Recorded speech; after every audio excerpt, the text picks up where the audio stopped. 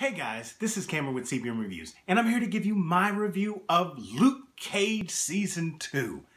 Luke Cage Season 2 came out last Friday, and I've had some things going on. I had a family reunion, and my mom had a birthday, so I kind of had to do some things, plus I had to work. But I'm all caught up, I watched this all, and I'm here to give you what my thoughts are on it. If you enjoy things like this, go ahead and click that subscribe button, and if you really don't want to miss anything and you want to be informed as soon as I drop something, go ahead and click that notification bell. That way you're notified every single time I drop a video. So let's get down to how the actors did in this. We're going to start off with the lead, Mike Colter, playing Luke Cage. Luke Cage is well done. I mean, in all honesty, if your main character isn't well done, you've got a problem. This character is well done and actually goes through a bit of growth in the story. In which direction the growth is remains to be seen. Early on, he is still with Claire, played by Rosario Dawson. And she's saying that there's an issue he's dealing with. It's like an anger problem, and he refuses to deal with it. He refuses to figure out what's going wrong, and it kind of puts him on this path. And we kind of see the progression of this path as it goes along. Next, we've got Misty Knight, who plays an equally important role in this as Luke Cage, who's played by Simone Missick. Now, in this, she starts off the season with her arm missing, and I was confused. I understood that she lost it in the comics, but I was like, when did this happen? But she does a great job. Like, she's got the tenacity, and she's actually going through some conflicting things, and there's some growth happening where she's doubting herself, and then she has to, you know, believe in herself, and then she gets back to the point to where she was before this all happened, before she had her self-doubt, before all of the issues that happen within the department, and she's laser focused, and it's great. And then you've got one of your main bad guys, played by Alfre Woodard, and it's Mariah Dillard, or if you've already watched it, Mariah Stokes. I found her portrayal to be unbalanced. At times I was like, I don't know which Mariah I'm getting, and it was off setting for me, and I don't know if it was because they wanted her to be that way and unbalanced, or if the different directors, because there was a different director for each episode, just wanted her to be a certain way, and so because of that we got inconsistencies. I couldn't exactly tell. On paper, what she does is huge, and if you think that, and I'm gonna get to him, if you think that Bushmaster is the main bad guy in this, you are up for a surprise, even though I guess I'm kind of ruining the surprise, because Mariah is the big bad of this season. And Bushmaster, he's come to play, but it's Mariah's playground. So since I mentioned him, let's talk about Bushmaster. Bushmaster was played by Mustafa Shakir, and he's from Jamaica, and he comes to get his birthright from Mariah Stokes.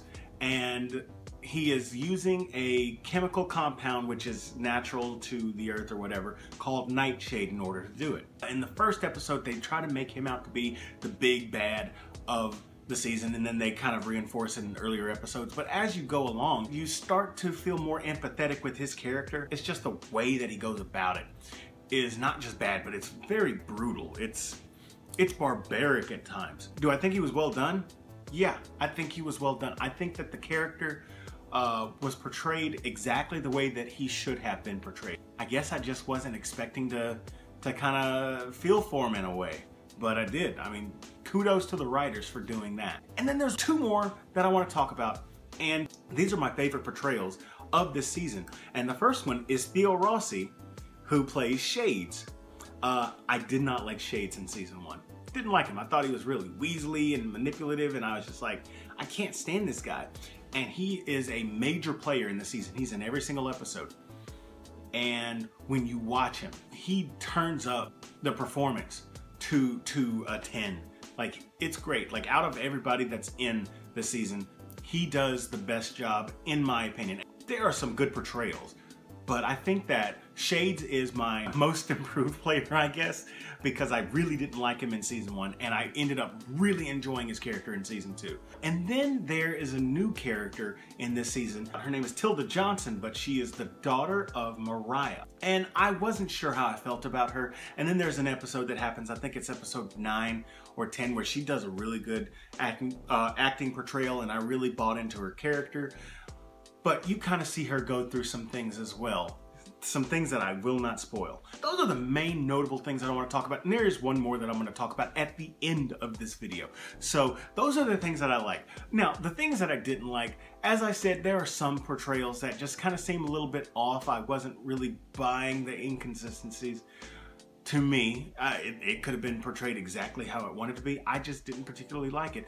But one of the other things that I didn't like was the fact that I felt kind of lost in some instances, because it has a lot of either cameos or it has a lot of callbacks to other characters. There's a callback to Jessica Jones. There's a callback to Karen Page. There's a mention of Matt Murdock. Foggy Nelson shows up. Danny Rand shows up. And so all of these characters and all of these mentions are happening. And if you haven't watched the other shows or the previous seasons, you can get lost. I mean, it's a jungle out there. Like I was mentioning before, I didn't know Misty Knight actually did lose her arm. I know that they kind of alluded to it in the first season, but she had it. And so I was like, when she showed up without an arm, I was like, when did this happen? That's one thing that I don't like about it. In fact, I did the math. If you watch every single episode before you get to Luke Cage, you're still gonna invest somewhere close to 90 hours worth of time just to get caught up.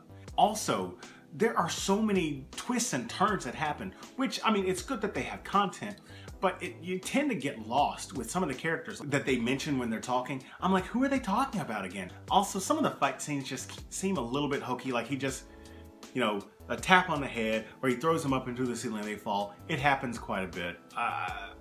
It didn't seem like it was as well choreographed when it's just Luke. Whenever it's Bushmaster, there's a lot more choreography that goes into it. So that's wonderful. Because they have so many twists and turns, I felt like some of them could have been cut out, and we could have actually cut this down to maybe 10 episodes. There's more meat in this season than there is in, say, Jessica Jones season 2, which is good.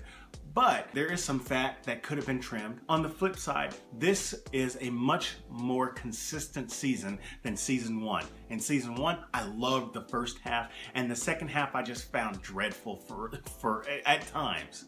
At times I just couldn't stand it, and that's mainly due to Diamondback. But this one, you have Bushmaster. Bushmaster's a great villain. You've got Mariah. Mariah is terrifying. So this season was better than season 1 when you look at it as a whole. The last thing I want to talk about is that this had Reggie Cathy in it playing Luke Cage's father. And it was great watching him on screen. I've been a Reggie Cathy fan forever, and whenever I did the trailer reaction and I realized that Reggie Cathy was in this and he had just passed a couple months back, I was like, I gotta watch this now. And whenever Reggie Cathy is on screen, he doesn't disappoint, and he's great. And they actually, the last voice that you hear in the season, which this isn't giving anything away, but the last voice that you hear is that of Reg, and then they have In Memory Of. So if you are a fan of Reggie Cathy, you've got to watch this, because whenever he's on the screen with anybody, you can just see it. It's like you should definitely tune into this just to watch his final hurrah. Also, if you are a fan of the Netflix shows and you haven't gotten on board with this yet and you wanted to know if it was any good, go ahead and watch it. It's got a pretty good story. If you've already watched quite a few of the other things, you won't be too lost, but there are some times where it can kind of lose you in the pile of characters that are in there. So that's all that I wanted to talk about with this season 2 of Luke Cage. If you've already seen it, tell me what your favorite moment was in the comment section down below. Try to keep it a little spoiler free, but I'll know what you're talking about. If you enjoyed this video, hit that like button. If you're new here, subscribe to the channel. Share this video with all your friends. And as always, this is Cameron with CBM Reviews. We'll see you next time. Everybody talking about Luke Cage like he's Jesus. I ain't no joke. I used to let the mic smoke. The bulletproof black man. the hard rocks. He's a ghetto boogeyman of their nightmares. You can get a smack for this. Really, guys? You gotta know we tried, man. I ain't no joke.